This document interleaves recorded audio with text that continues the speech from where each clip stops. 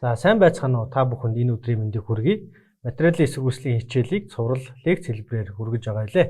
За өмнөх хичээлээр бид альва биед үүсэх дотоод хүчий түүнийг хэрхэн тэнцвэрийн дэвшлэлээр бодож олох огтлын аргыг хэрэглэх талаар энэ сэдвийг бол үтсэн. За өнөөдрийн хичээл бол хүчтэл буюу материалын эсэргүүцлийн хамгийн чухал ийм сэдвийг бол үзэх гэж байна. Энэ бол хамгийн чухал ийм ухах туунуудын ойлголтуудын нэг юм аа. За тэгэхээр та бүхэн энэхүү зураг дээр бол харж байгаачлан тодорхой биеийг хөндлөн огтлоод үзэхэд тэнцвэртэй оршиж байгаа биеийн хувьд дотоод хүч, дотоод момент бол үүсдэгэ гэж бол өнгөрсөн хичээлээр бол үзсэн. За энэхүү дотоод хүч нь бол тухайн энэ хөндлөн огтлын талбай дээр үүсэж байгаа олон төрлийн дотоод тархмал хүч ачаалал болон моментуудын нийлбэрийг бол бид энэхүү байдлаар F болон M F хүч M моментоор бол дотоод хүчийг моментыг төлөөлүүлсэн байгаа шүү дээ. За энэхүү дотоод хүч моментыг бол мэдээж бид нар огтлын арга ашиглаад олж болно. Гэхдээ материалын эсэргүүцлийн энэхүү салбар шинжилгээ ухааны хамгийн гол зорилго бол энэхүү дотоод хүч моментын тархмал ачаалал тийм ээ. Энийг ачааллын хэлбэрийг судлах нь бол өөрөө хамгийн том зорилго юм аа.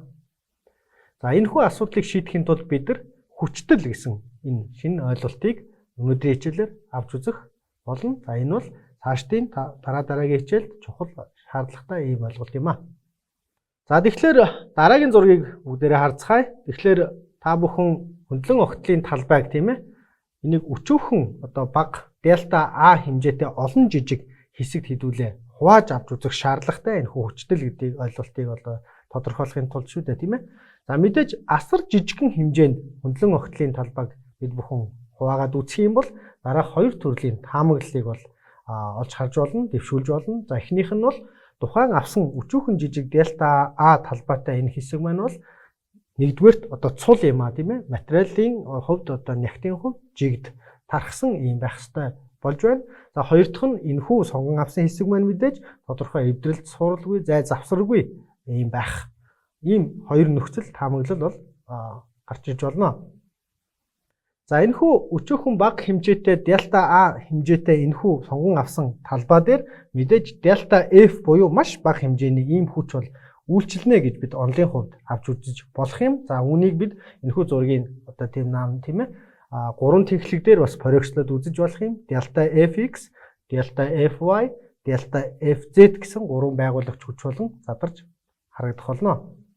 За энэхүү сонгон авсан жижиг хэсгийн маань буюу тийм ээ дельта А талбай хэдий бага болох тусам буюу 0 руу тэмүүлэх тусам мэдээж үн дээр үйлчилж байгаа дельта F хүч маань мөн түүний байгуулагчууд мөн түүний энэхүү хүчийг талбайд харьцуулсан харьцаа маань төгсгөлөг хязгаар руу тэмүүлж ойртно гэсэн үг юм. Тэгэхээр энэхүү харьцааг буюу тухайн дельта F хүчийг дельта А талбайд харьцуулж байгаа энэ харьцаа энийг бид хүчтэл гэж бол материалын эсэргүүцэл хичээл дээр бол энэ шинжилгээ ухааны хүрээнд бол нэрлэдэг. За энэ нэгсэндөө энэхүү нэгж талбайд харгалзах дотоод хүчний эрчмийг илэрхийлдэг ийм механик хэмжигдэхүүн байна. За тэгэхээр хүчтэрлийг бид хэд хэдэн төрөлд хувааж үзэж болно. За эхнийх нь бол нормал хүчтэл. Нормал хүчтэл бол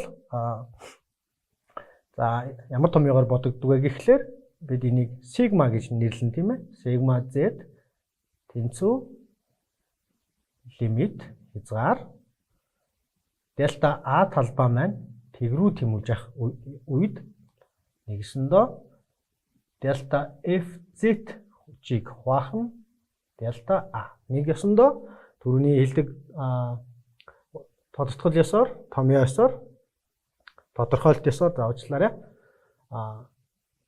Тухайн жижиг огтлол дээр сонгон авсан огтлын хэсэг дээр маань талбай дээр маань үйлчилж байгаа хүчийг тухайн талбайд нь харьцуулсан харьцааг бол бид нэр ер нь хүчтэл гэж үзэх юм байна. Мэдээж энэ бол хязгаарын нөхцөл бодно. Аль болох хамгийн жижиг хэсэг хуваасан талбай дээр үйлчилж байгаа хамгийн бага хүчийг хэмжээг бол бид хүчтэл гэж нэрлэх нэ. За гэхдээ та бүхэн энд анзаараарай, бид нормал хүчтэл гэдэг зүйлийг ярьж байгаа тийм ээ. Нормал хүчтэл За өмнөх хичээлээр бид бас мөн үзсэн нормал хүч, хөндлөн хүч гэж хоёр хүч байх юм байна гэж үзсэн. Тэгэхээр мэдээж нормал хүчнээс үүсэж байгаа хүчлийг бол бид нар нормал хүчтэл гэж нэрлэх нэ. Та бүхэн бол зураг дээр харж байна. Мэдээж огтлын талбайд перпендикуляр байгаа тэглэг буюу FZ-ийн дагуу үйлчилж байгаа хүчийг бид нар тухайн талбайд нь харьцуулсан харьцаа байна шүү дээ. За тэгэхээр энэ нормал хүчлийг мөн бид нар дотор нь хоёр ангилж үзэж болох юм. Нэг нь мэдээж одоо огтлын талбайгаас гадагшаа тийм ээ Z тэнхлэгийнхаа дагуу чиглэж байгаа бол бид бүхэн бол энийг сунгах хүчтэй буюу tensile stress гэж нэрлэх юм байна. За мэдээж огтлын талбай руугаа огтл тэр жижиг сонгож авсан талбай руугаа чиглэж байгаа бол энийг бид нар шахах хүчтэй буюу compressive stress гэж бол нэрлэх юм байна. За энэ бол хүчтлийн эхний төрөл буюу нормал хүчтэл байлаа. За тэгэхээр дараагийн хоёр дахь төрлийн хүчтэл бол ташилтын хүчтэл гэж бий. Ташилтын хүчтэл. За мөн өмнөх хичээлээр үзсний адил бидэрт нормал хүч, хөндлөн хүч гэж байдаг гэсэн шүү дээ. Тэгэхээр бид нар хөндлөн хүчнээс үүсэж байгаа хүчтлийг бол ташилтын хүчтэл гэж нэрлэх нь байна. За энэ бол нэгэсэндөө тухайн сонгон авсан дельта А хэмжээтэй талбай дээр тангенцаа чиглэлд үйлчилж байгаа буюу одоо шүргэгчээр тийм ээ тухайн хавтгай дээр үйлчилж байгаа хүчнээс үүсэх тэр эрчмийн хүчний эрчмийг бол ташилтын хүчтэл гэж нэрлэх нь байна. За бид нар ташилтын хүчтлийг тав гэдэг ийм тэмдэглэгээр тэмдэглэдэг. За гэхдээ та бүхэн энэхүү зургийг сайн анзаараарай. Бидэрт хоёр төрлийн хөндлөн хүч байгаа шүү дээ тийм ээ. За энэ зурган дээр бол тав ZY, тав ZX гэсэн хоёр төрлийн хүчтэл байна. Хүчтэл байна. Энэ маань нэгсэндээ хоёр төрлийн хүчнээс хөндлөн хүчнээс үүссэн ийм одоо ташилтын хүчлүүд байна. За 5ZX гэдэг бол за биднийхээ бол тэнцүү мэдээж хязгааруулах ёстой. А талбай маань тэгрүү тэмүүлж явах үед Fx хөндлөн хүчийг дельта А талбайд хуваасан харьцаа бол байх ёстой. За үүний нэгэн адил 5ZY энэ ташилтын хүчтэл маань за яг адилхан тэмдэг томьёо бичигдэх ёстой тийм ээ. А талбай маань тэгрүү тэмүүлж явах үед дельта FY-ыг хуваах нь дельта А. Тэгсэндээ хоёр төрлийн хөндлөн хүчийг хөндлөн огтлын талбайд бол харьцуулж шүү дээ сонгоо авсан. За энэ бол ташилтын хүчтэл юм аа. За энэ дээр бас анхаарах хоёр төрлийн зүйл байна. Нэгсэндээ энэ хоёр хүчлийг бид ташилтын хүчлийг хэрхэн ялах вэ гэж. Энэхүү ZX, ZY гэдэг тэмдэглэгээ маань юу илэрхийлээд байгаа юм бэ гэдгийг бол ойлгох хэрэгтэй. За тэгэхээр энэ дээр байгаа Z буюу Z индекс маань сонгон авсан тухайн дельта А хэмжээтэй нэгж талбай маань хаана байрлаж байна буюу энэ Z тэнхлэгт перпендикуляр хавтгай дээр байрлаж байгаа юм байна гэдгийг эхний энэ Z индекс маань бол заах юм байна. За хоёр дахь одоо X юм уу Y гэсэн юм хоёр дахь индекс байгаа шүү дээ тийм. Энэ маань таших одоо ийм ташилт хийх үед аль тэнхлэгийн дагуу одоо шилжилт хийж байгаа вэ? Буюу Y тэнхлэгийн дагуу хүч үйлчилж одоо ташилт хийж байгаа юм байна. Эсвэл X тэнхлэгийн дагуу хүч үйлчилж одоо таших ийм одоо деформацид орж байгаа юм байна гэдгийг бол зааж илтгэх юм байна. За хоёр төрлийн индексийн талаар бол ярьлаа шүү тийм ээ. За өмнөх жишээ дээр бид нар бол тухайн биеийг X, Y хавтгай буюу хэвтэй хавтгайгаар огтлоод тодорхой дельта А хэмжээтэй талбайг бол авч хүчтлийн тооцоог хийж харуулсан шүү дээ. Тэгвэл яг үүний адилаар бид нар тухайн биеийг XZ хавтгай тийм ээ. За энэ бол одоо босоо хавтгай гэж та бүхэн нэрлэж болох юм. YZ тийм ээ. Одоо бас нөгөө талын хавтгайгаар гэхдээ бид нар параллел хавтгайнуудаар огтолж болох юм. За эндээс бид юу гаргах гэж байна вэ гэхээр тодорхой одоо сонгож авсан маш жижиг цэгийн орчимд татсан одоо параллел хавтгайнууд дээр үүсэх одоо энэ хүчлийг бодохын тулд шоо хэлбэртэй хэсгийг тухайн материалаасаа сонгон авч болж байна гэсэн. Тэгэхээр та бүхэн энэ зурган дээр бол сонгон авсан одоо энэ шоо хэлбэртэй хавтгайг бол шоо хэлбэртэй хэсгийг бол харж байгаа хаа.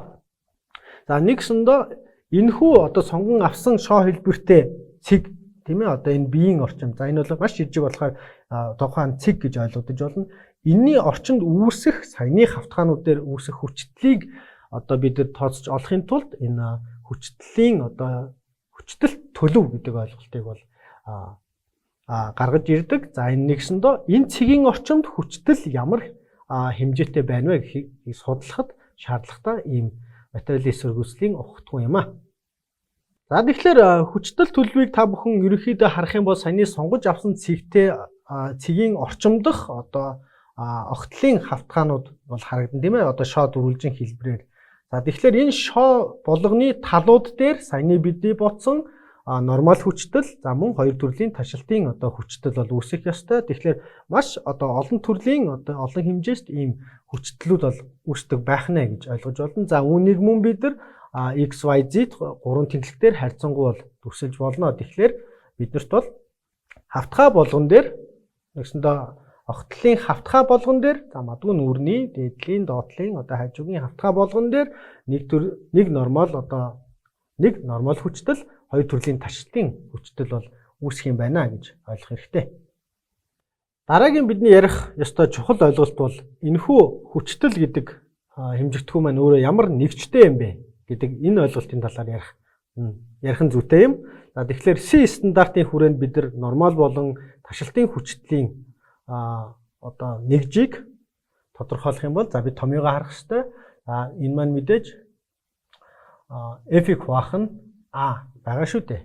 Мэдээж энэ дэр лимит дельта А тэгрүү тэмүүлж явах үед дельта F-ийг хуваах нь дельта А байгаа шүү дээ.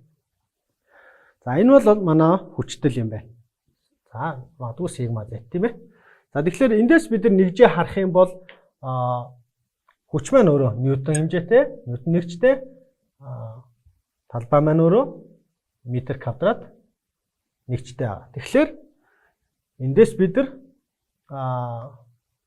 хүчтлийн нэгж бол ньютоны хуваах нь метр квадрат юм байна гэж ойлгож болох юм. За мөн жишээ нь 1 ньютоны хуваах нь метр квадрат хэмжээтэй энэ хүчтэл бол өөрөө 1 паскал гэдэг нэгжээр бол илэрхийлэгддэг. За мөн энэхүү хүчтэл гэдэг хэмжээ маань өөрөө маш бага хэмжээтэй буюу бид асар одоо бага хэмжээний талбай, асар бага хэмжээний хүчний талаар ойлголтыг ярьж байгаа. Тэгэхээр маш бага тоо гарч ирдэг.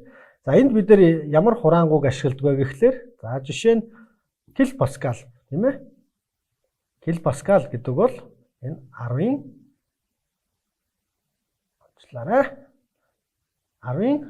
3 зэрэгтийн ойлголт. За нөгөө талаас мегапаскал буюу том m мегапаскал. За энэ маань өөрөө 10-ын 6 зэрэгт. За нөгөө талаас дахиад за магадгүй та бүхэн гигапаскал гэдэг ойлголтыг бас харж болох юм. Гигапаскал. За энэ маань өөрөө 19 зэрэгт. Гэх мэтээр хураангуулдаг байх нэ. Энэ хураангуйг нэгжид бол ашигладаг байх нэ гэсэн.